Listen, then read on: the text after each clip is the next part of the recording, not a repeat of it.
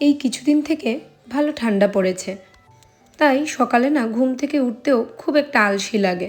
তবে আজকে একটু ফুরফুরে লাগছিল। আজকে সকালে ঘুম থেকে ওঠার পর থেকেই দেখছি বেশ রোদ ঝলমলে একটি সকাল।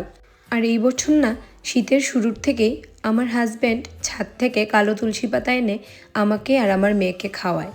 সকালবেলা না আমার এত দৌড়ঝাঁপ থাকে, আমি পাতাগুলো পেরে এনে খাওয়ার জন্য আর খাওয়া হয় না। এই বছরটা না আমার হাজব্যান্ড আমার মেয়েকেও দেখলাম একটা দুটো করে খাওয়ানোর অভ্যেস করিয়েছে, আর মেয়ের সাথে সাথে আমরাও খেয়ে নিচ্ছি। তবে এই কালো তুলসী পাতা খাওয়াতে আমাদের কিন্তু বেশ উপকারী হয়েছে। ওদের জানি না, আমার কিন্তু ভালোই উপকার হয়েছে। না হলে অন্য বছরগুলোতে শীতের শুরুতেই আমার প্রচণ্ড সর্দি কাশি হয়ে থাকে। তবে এই বছরটা যে হয়নি তেমনটা নয়, হয়েছে, তবে খুব একটা কাবু করতে পারেনি আমাকে। এদিকে মেয়ে ঘুম থেকে ওঠার আগেই আমি চলে গেলাম রান্নাঘরে।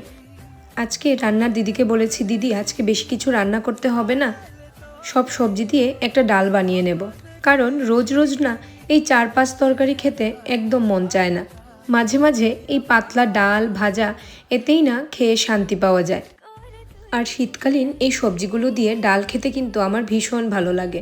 আর এইভাবে ডাল বানালে সবজিটাও খাওয়া হয়ে গেল আর ডালও খাওয়া হয়ে গেল। আর আমার মেয়েও এটা ভীষণ পছন্দ করে, তাই আমাদের রান্নার সাথে সাথে ওরটাও একসাথে হয়ে যায়।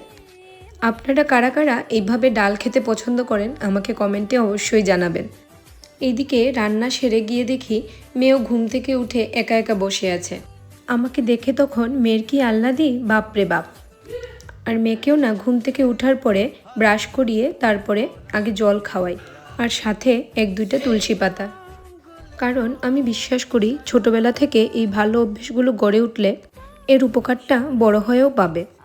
আপনারা না আমাকে অনেকেই জিজ্ঞেস করেন আমি কিভাবে টাইম ম্যানেজমেন্ট করি।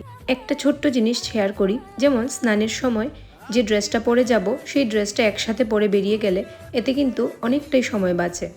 আরও টুকটাক অনেক কিছু আছে, পরে একদিন না হয় অন্য কোনো ভিডিওতে বলবো।